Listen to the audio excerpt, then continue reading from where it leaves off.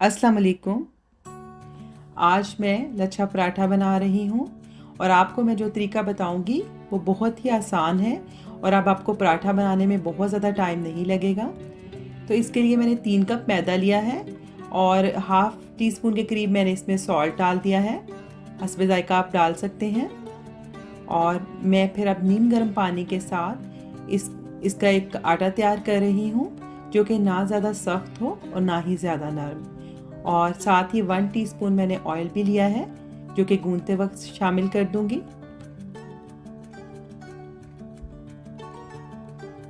तो इसका जो आटा मैंने तैयार किया है, 2-3 मिनट नीट कर लिया है, वो ज़्यादा सख्त नहीं है। आपने ये ख्याल रखना है, अगर ज़्यादा सख्त हो तो फिर आपको बाद में इसको हैंडल करना मुश्किल होगा। थोड़ा सा मैंने इसके ऊपर ऑयल लगाया है ताकि रेस्ट देने में और ऑयल लगाने से ये मज़ीद सॉफ्ट हो जाए। अब मैं इसे एक कपड़े से ढककर 15 मिनट के लिए छोड़ रही हूँ। 15 मिनट हो गए हैं और आटा हमारा सॉफ्ट हो गया है और जिस साइज़ के आप चाहें तो इसमें से पेड़े निकाल लें।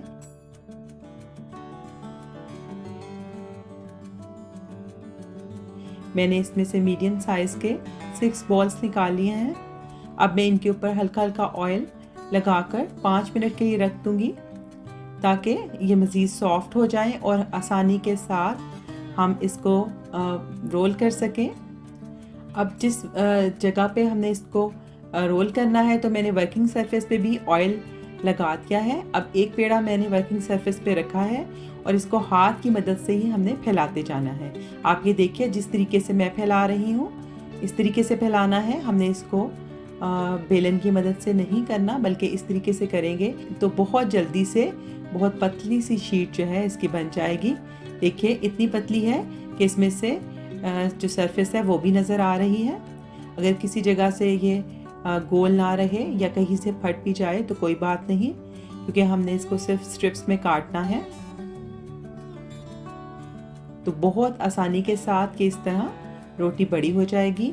आप इसके ऊपर ऑयल या घी हल्का सा लगा दें, बहुत ज़्यादा भी नहीं लगाना। सारा फैलाऊंगी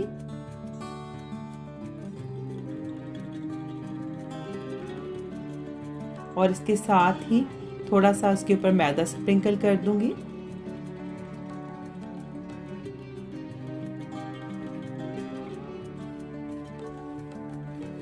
अब आप किसी नाइफ़ की मदद से या पिज़्ज़ा कटर की मदद से इसकी जितनी बारीक स्ट्रिप्स आप काट सकें उतनी काट लें।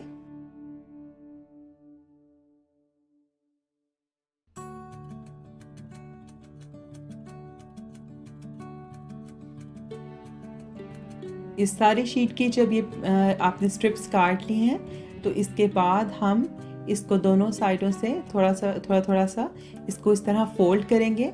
क्योंकि ऑयल ग्रीस हुआ है सरफेस पे तो बहुत आसानी के साथ ये इकट्ठी होना शुरू हो जाएंगी। जो सब स्ट्रिप्स हैं उसको इसी तरह मैं इकट्ठा कर रही हूँ।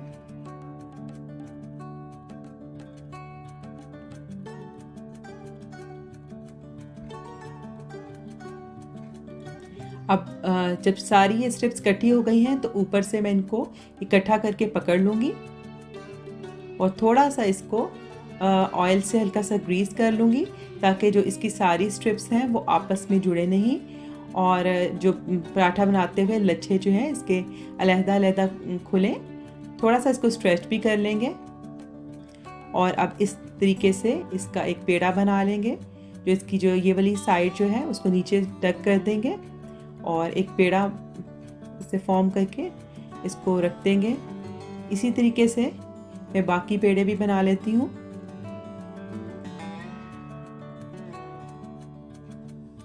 तो अब ये सारे पेड़े तैयार हो गए हैं। बस आप इनके ऊपर हल्का सा ऑयल वाला हाथ लगाएं और इनको दोबारा से रेस्ट के लिए रखें।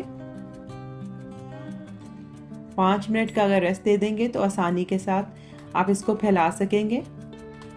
अब या तो आप हाथ की मदद से इसको थोड़ा फैला लें या बेलन की मदद से भी हल्के हाथ से आप इसको रोल कर सकते हैं लाइटली सा। और ये पराठा आपने बहुत बारीक नहीं करना। देखिए, किनारों से भी मैं लाइटली सा बेलन की मदद से इसको फैला रही हूँ। और इसकी आप लेयर्स अभी से देख लें कि कितने इसके अच्छे लच्छे नज़र आ रहे हैं।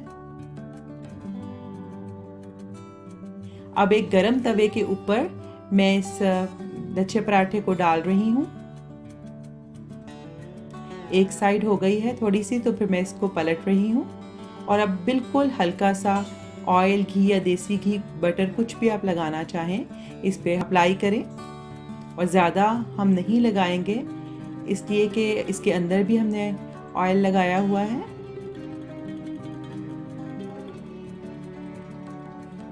और अब इसको मीडियम फ्लेम पर दबा दबा कर हम पका लेंगे ताकि अंदर से इसकी लेयर्स भी अच्छे से पक जाएं, क्योंकि ये लच्छा पराठा है तो लेयर्स इसकी बहुत सारी हैं।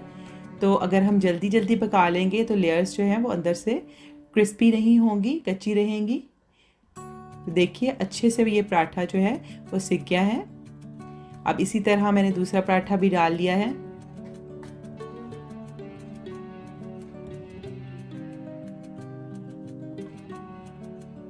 और इसी तरह लो फ्लेम पर मैं इसको दबा दबा कर पका रही हूँ।